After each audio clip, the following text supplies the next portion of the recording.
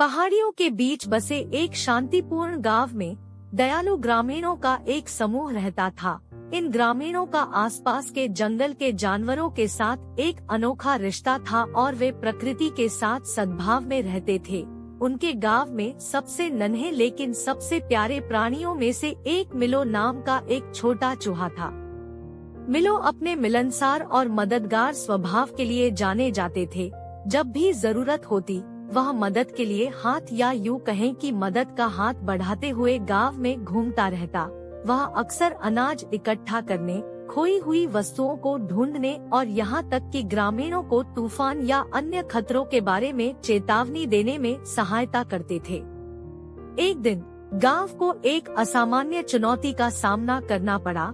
अचानक भारी बारिश के कारण उनके घरों में पानी भर गया था और उन्हें अपना सामान निकालने और सुरक्षित रखने के लिए मदद की सख्त जरूरत थी। ग्रामीणों ने सहायता के लिए एक दूसरे को पुकारा और जल्द ही सामुदायिक एकता की भावना प्रबल हो गई। सभी ने फर्नीचर ले जाने, सैंडबैग अवरोधों को उठाने और अपने साथी ग्रामीणों की सुरक्षा सुनिश्चित करने के लिए मिलकर काम किया। अफरातफरी के बीच छोटा चूहा मिलो भी हरकत में आ गया।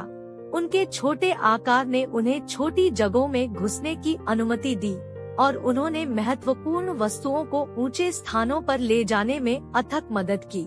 वह रेत की बोरियां बांधने के लिए सुतली लाया, ग्रामीणों को खतरनाक धाराओं से दूर रखा और यहाँ तक कि अन्य जानवरों को भी सहायता के लिए इकट्ठा किया। जैसे ही बारिश का तूफान गुजरा और गांव ठीक होने लगा, ग्रामीणों को अपने सबसे छोटे सदस्य के अविश्वसनीय योगदान का एहसास हुआ। मिलो के कार्यों ने न केवल उन्हें व्यावहारिक रूप से सहायता प्रदान की थी, बल्कि उन्हें उनके घनिष्ठ समुदाय में प्रत्येक व्यक्ति के मूल्य की भी याद दिलाई थी। कृतज्ञता में ग्रामीणों ने गांव के चौक के पास एक छोटा सा घर बनाया, एक ऐसी जगह जहां मिलो आराम से रह सकता था।